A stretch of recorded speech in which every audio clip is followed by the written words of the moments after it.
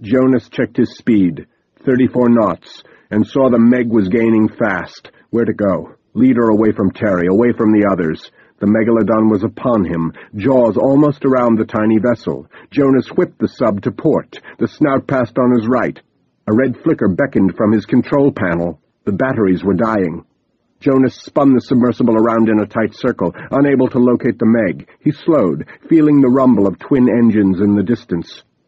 It took André Dupont 10 minutes to convince the captain of the fishing trawler that his institute would pay for any damages to his vessel. The captain finally relented, and the boat raced to the rescue of the wrecked lifeboat survivors. Terry Tanaka was pulled on board by Dupont. She tried to stand and simply collapsed on deck. Adashek vomited from the stress.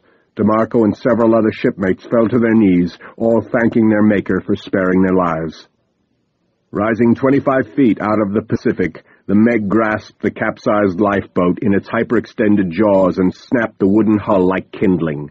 Splinters rained upon the trawler's deck, followed by a 10-foot swell as the monster slammed her upper torso back into the ocean. Terry screamed, then saw the AG-1 skimming the surface. 30 feet from the fishing trawler, Jonas's submersible stopped, its engine silent.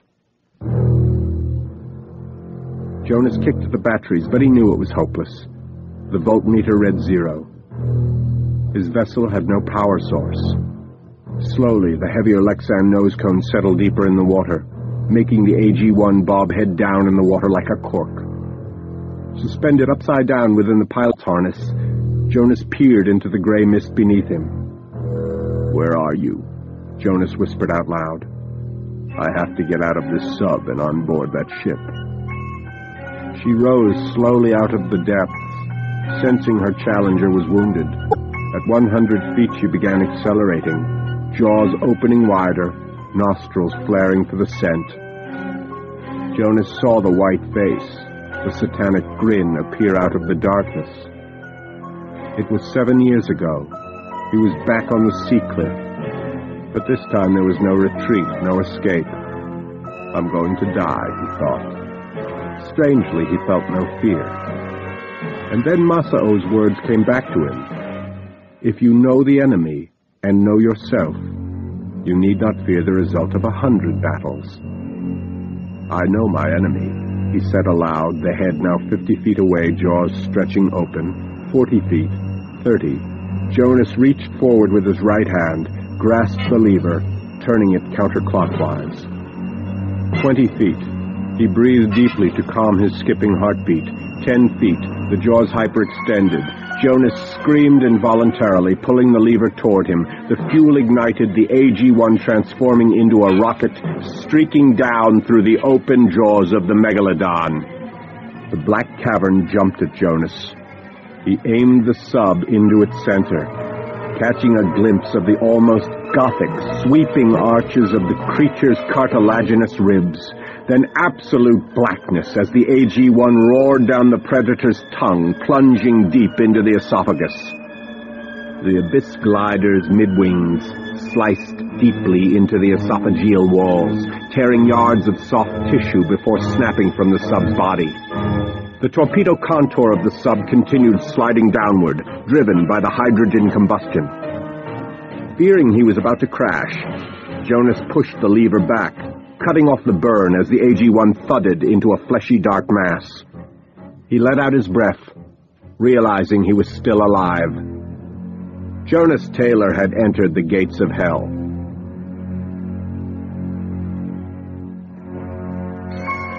The megalodon exploded from the Pacific, its scythe-like caudal fin nearly clearing the water. For a frozen moment, the 20-ton monster hung in space like a marlin, then plunged back into its liquid realm, mouth open, dying to quench the fire that burned within. Although the AG-1's batteries were dead, the sub's small backup generator could power the life support systems for almost an hour. Jonas switched on the exterior light. The abyss glider was lodged somewhere in the upper regions of the megalodon's stomach. Warm seawater steamed the Lexan glass as brownish objects swirled within the tight pink walls. Jonas looked at the external temperature gauge, 89 degrees.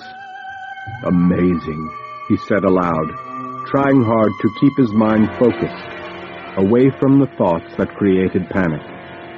Thick chunks of mutilated whale blubber slapped across the glass cone. Jonas felt queasy, but couldn't stop himself from looking. He could discern the remains of a porpoise, a rubber boot, and several pieces of wood. Molten globs of partially digested whale blubber slithered along the unseen periphery. And then something different. It was a human leg, snapped off at the knee. Another figure appeared, an upper torso badly mangled. The figure had a head, a face, still recognizable. Danielson. Jonas gurgled, his scream cut off by the rising vomit. The walls closed in upon him and he convulsed in fear. The sub shifted hard to one side, rolling with the gaping stomach, sloshing the remains of Taylor's former commanding officer out of sight as the host hurled itself in and out of the ocean, thrashing in agony. Andre Dupont sat on deck and watched in amazement and fear as the greatest creature ever to inhabit the oceans spasmed out of control. Terry stood, her legs quivering, tears streaming down her cheeks. She had seen the fuel ignite, knew what Jonas had done. At that moment, she realized how deep her feelings were for him. The megalodon went deep, her insides scorched from the rocket's flames.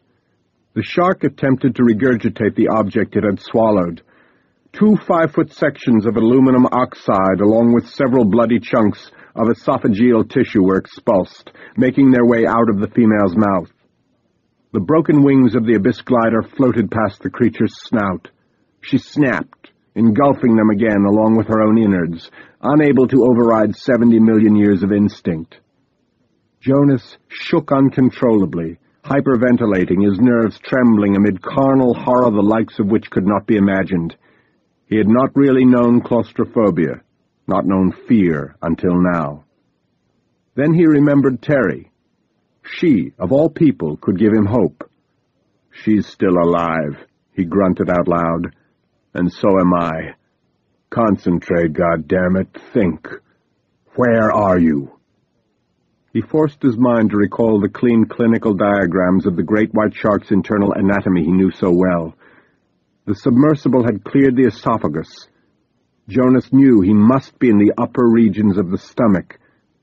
What could he do? Was it possible to kill the megalodon from within? Jonas realized that rational thoughts had slowed his breathing. "You're okay," he said. "You're okay."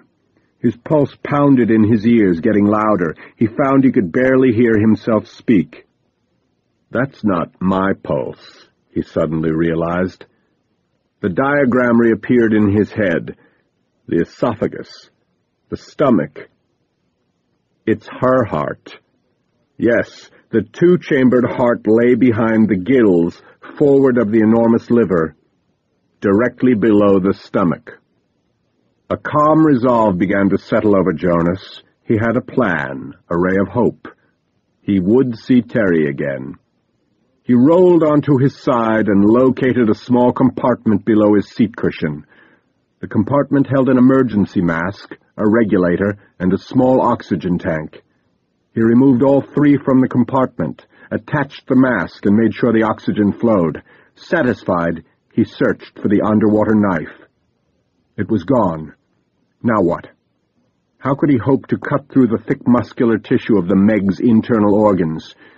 Feeling around the capsule, his fingers found the leather pouch. He removed the fossilized tooth from its protective satchel, tucking it in the belt of his wetsuit. He took a flashlight, then secured the small cylinder of oxygen across his chest with the Velcro straps. He was ready. Jonas unscrewed the escape hatch in the sub's tail. The rubber housing lost its suction with a hiss as he pushed the circular door open. A thick liquid, hot to the touch, began oozing into the sub. Breathing through the regulator, Jonas lifted his head out of the hatch, shining the flashlight into the acid darkness. The megalodon's stomach revealed a tightly confined, twisting chamber of muscle, constantly moving, churning debris in a caustic atmosphere of humidity, burning excretions, and seawater. The digestive organ protested his presence, high-pitched gurgling noises alternating with a series of low, resonating growls. Beneath it all, the constant thump of the megalodon's heart vibrated through Jonas's body. With no discernible top or bottom, the stomach simply appeared to be a pocket of continually collapsing and expanding muscle. Jonas carefully swung his right leg out of the AG-1, feeling the submersible shift position as he did so. His right foot touched the stomach lining, giving him the sensation of stepping on a surface of molten putty. A thick liquid oozed from pores in the stomach muscle, squishing between his toes and scalding his foot. Jonas pulled his other leg through the hatch. Without warning, the stomach bulged beneath him, the entire compartment rolling 270 degrees. Both his feet slipped from under him, tossing him blindly onto his back. He could feel the heat of the mucus lining attacking his wetsuit. Gagging, he rolled over on all fours and crawled on his hands and knees on the uneven, thickly muscled surface. His hands began to burn, and the change of temperature started fogging his mask.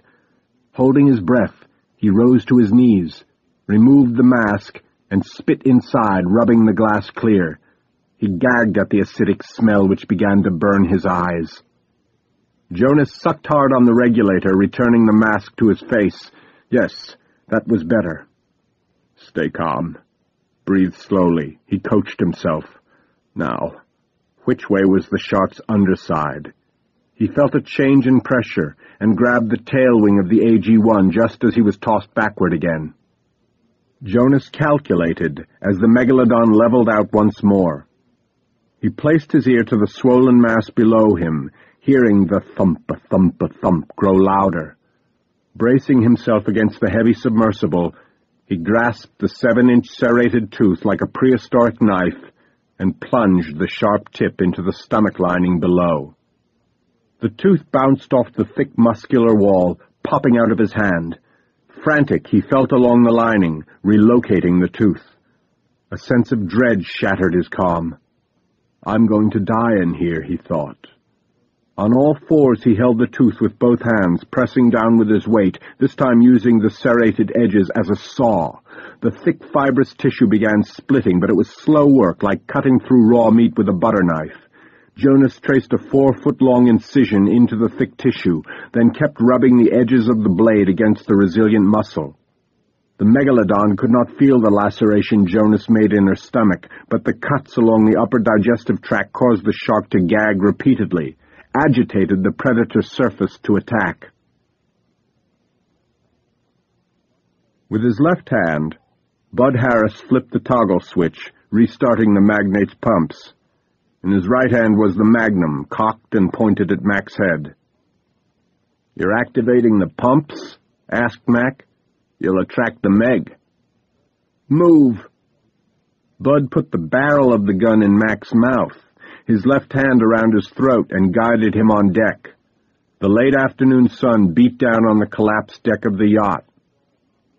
"That monster destroyed my woman, the one person I truly cared for," cried Bud. "This creature, this albino nightmare, continues to haunt me, preventing me from sleeping, preventing me from living. And you?" Bud pushed his face next to Mac's. "You had to interfere, had to play the hero." Bud stepped back, motioning for Mac to walk toward the rail. "Go ahead." "What?" Mac listened for the Coast Guard copter, trying to stall. Bud fired the magnum, blowing a 3-inch hole in the deck. "You wanted to save this monster, now you can feed him." He fired again, this time nicking Mac in his right calf muscle. Mac collapsed onto one leg, blood oozing from the wound. "The next shot will be at your stomach, so I suggest you jump now."